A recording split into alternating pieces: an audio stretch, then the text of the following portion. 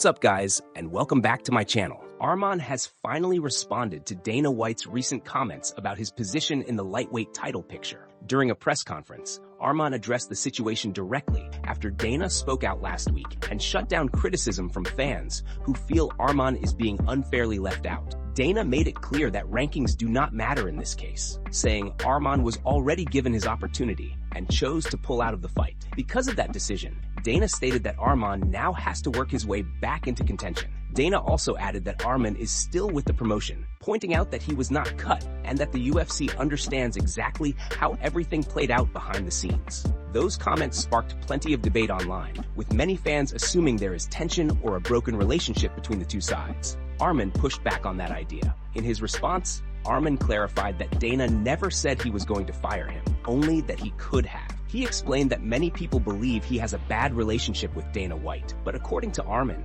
that simply is not true. He acknowledged that Dana was honest and direct, and he did not take the comments personally. Instead, Arman said he understands the situation and knows what is expected of him moving forward. Arman admitted that he now has to prove himself again and earn his place the hard way. He recognized that pulling out of a title fight comes with consequences, especially in a division as competitive as lightweight. Rather than complaining, Arman seems focused on rebuilding trust and showing reliability. One of the key ways he plans to do that is by consistently making weight and staying ready as a backup fighter. Arman noted that stepping up multiple times and hitting the scale is a clear signal to the UFC that he is professional, disciplined, and dependable. That approach has already helped other fighters regain momentum in the past. Overall, the situation appears calmer than many expected. While Arman is no longer in the immediate title conversation, both sides seem to be on mutual ground. Arman understands the message, accepts the challenge, and appears motivated to fight his way back into the spotlight through actions rather than words. And before we continue, make sure to leave a like on the video and subscribe to help support the channel. Moving on to another news. RDR versus Borralho is reportedly in the works for UFC 326 this March. The matchup has fans talking, as RDR looks to bounce back after a tough setback against Brendan Allen in his last appearance. Despite the loss, RDR remains a dangerous grappler with proven finishing instincts and high-level experience against elite opposition. On the other side, Borralho is also searching for redemption after dropping a decision to Nassourdine Imavov. Borralho has built a reputation for smart pressure, strong fundamentals, and the ability to adjust mid-fight, which makes this pairing especially intriguing. Stylistically, this fight could turn into a battle of control, pacing, and who can impose their game first. A win here would be huge for either man, potentially resetting their momentum and pushing them back into the crowded middleweight conversation at UFC 326. The stakes are massive, and the outcome could reshape both careers moving forward.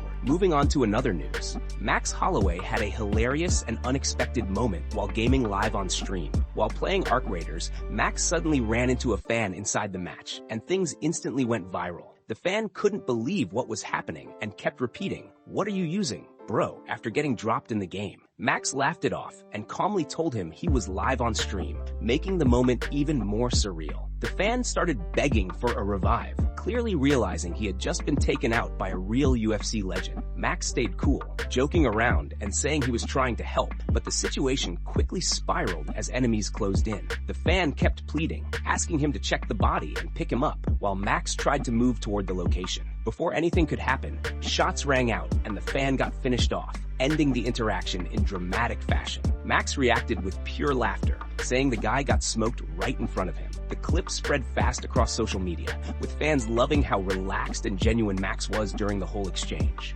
Moments like this show why he remains one of the most likable stars in combat sports, both inside and outside the cage. Moving on to another news. Paddy Pimblett went off on Arman in a fiery rant that quickly grabbed attention across the MMA world. Speaking during an interview, Paddy didn't hold back at all, calling Arman an absolute idiot and claiming the title shot snub was entirely his own fault. According to Paddy, Ilia is the man right now, and Ilia is the fight that actually matters, not someone who just talks loud and complains online. Paddy said Arman made his own bed and now has to lie in it, pointing to several controversies that hurt his standing. He brought up Arman pulling out of a title fight the night before it was set to happen, along with incidents like punching a fan during a walkout and headbutting someone at a weigh-in. In Paddy's view, Those moments showed a lack of discipline and professionalism. He also downplayed Arman's recent wins, saying that beating Dan Hooker didn't impress him because Hooker's grappling isn't elite. Paddy went even further by dismissing a win over Beneil Dariush, joking that he looked far past his prime. When it came to the win over Charles Oliveira, Paddy claimed he thought Charles actually won that fight, adding that plenty of fans felt the same way. Paddy wrapped it all up by saying Arman hasn't really done enough to deserve special treatment. He criticized the idea that money or family status could buy opportunities in the UFC, saying that's not how things work at the top level. His message was blunt, telling Arman to sit down, shut up, and do what he's told if he wants another chance. Moving on to another news, Jorge Masvidal is confident that Alexandre Pantoja will reclaim the flyweight title once he fully recovers. Masvidal revealed that Pantoja is already back in the gym and grinding, even while dealing with an elbow injury. According to him, Pantoja's mentality is on a completely different level, calling him an absolute animal and one of the toughest competitors he has ever seen. Masvidal explained that he has watched Pantoja's journey from the very beginning, from his time on The Ultimate Fighter to climbing through the ranks and growing into the elite fighter he is today. He praised Pantoja's discipline, evolution, and mental toughness, saying his mind is like a steel trap. Masvidal stressed that Pantoja is willing to go through hell and back to win, and if the commission allowed it, he believes Pantoja would have fought with one arm without hesitation. He shared a story about how Pantoja once broke his arm and showed no emotion at all. No complaints, no visible pain, just quiet toughness. Masvidal described him as cold, focused, and relentless, someone who never looks for excuses. In his view, that kind of mindset separates champions from everyone else. Masvidal also made it clear that Pantoja deserves an immediate title shot when he returns. He believes Pantoja will not only reclaim the flyweight belt, but also turn it into one of the best comeback stories in sports. Masvidal predicts that Pantoja will defend the title multiple times, possibly 4 or 5 defenses, and dominate the division once again. To underline his point, Masvidal joked that Pantoja is already back at the gym training with one arm, parking right up front, and getting after it every day. For him, that work ethic and obsession with improvement are exactly why Pantoja will rise back to the top and prove everyone wrong. Moving on to another news, Arman has made it clear that he wants to be the official backup fighter for the Paddy Pimblett versus Justin Gaethje fight. Speaking at the ACBJ 20 press conference, Arman was asked directly about the matchup and surprised many by openly volunteering himself for the role. He said he is ready to step in on very short notice and promised that his weight would be on point, even if the call came just days before the fight. Arman explained that whether it is 10 days out or only 5 days before the event, he would accept the fight without hesitation. He said he would have his weight checked, stay in top shape, and make sure he is fully prepared. According to Arman, he plans to continue training and sparring while being careful not to get injured, but still pushing himself hard to stay sharp. He also revealed his schedule, saying he plans to celebrate New Year's in Armenia before traveling to Las Vegas for the Paddy versus Gaethje fight. Arman admitted that making lightweight is never easy, but insisted that he understands the challenge and is confident he can be ready when it matters. This move is especially significant considering Arman's past setback when he missed weight ahead of a title fight against Islam Makhachev earlier this year. That moment clearly hurt his standing with the UFC, and offering himself as a reliable backup appears to be a calculated effort to rebuild trust. For the promotion, having a dependable backup is crucial, especially on a major card where losing a headliner could cause serious problems. From Arman's perspective, constantly staying ready could pay off in a big way. If an illness or injury forces one of the fighters out, he could step in immediately and change everything. Being available, professional, and disciplined might be his fastest path back into the title conversation. Instead of complaining, Arman is choosing action, hoping that preparation and timing will eventually open the door to another championship opportunity. Moving on to another news, Khamzat is suddenly back in the headlines, and the situation around his title defense has become increasingly complicated. To understand how things reached this point, you have to rewind a couple of months. Around that time, Ali Abdulaziz went on submission radio and revealed that Khamzat did not want to fight again before the end of the year, despite Dana White publicly pushing for him to defend the belt once more. That statement immediately shifted expectations toward an early 2026 defense, with January or February viewed as the most realistic window. Nasruddin Imavov quickly emerged as the likely next challenger. Not long after, the proposed matchup quietly fell apart. There was no official explanation, and Khamzat's team stayed completely silent, which only added to the confusion. The first real insight came later when one of Khamzat's close friends spoke to a Russian outlet and claimed that the champion actually wanted to defend the title in February, before Ramadan, but that the UFC turned the idea down. That explanation raised eyebrows, but it didn't fully clear things up. Now, the situation has taken another turn. Imavov himself has spoken out, revealing that based on his own discussions with the UFC, the plan really was to make the fight happen in February. According to him, the issue did not come from the promotion, but from Khamzat's side. That suggests Khamzat refused the early 2026 title defense, directly contradicting earlier claims. Timing only makes the situation messier. Because of Ramadan, Khamzat would not be able to compete in March or April, which pushes any realistic return all the way back to May or June. That delay creates frustration for contenders and raises questions about the pace of the division. Imavov also explained why the situation feels so personal. He said he knows Khamzat well, described him as a good guy, and mentioned that they share mutual friends. He even revealed that Khamzat came to train with him and helped him prepare for a previous fight. That history makes the tension harder, especially with cultural pressure coming from back home. According to Imavov, people in the Caucasus are already talking, with relatives calling and saying that brothers should not be fighting each other. From Imavov's perspective, he has done everything required. He said the UFC was ready to make the fight quickly and that February worked perfectly for him. He agreed immediately and had no issues with timing.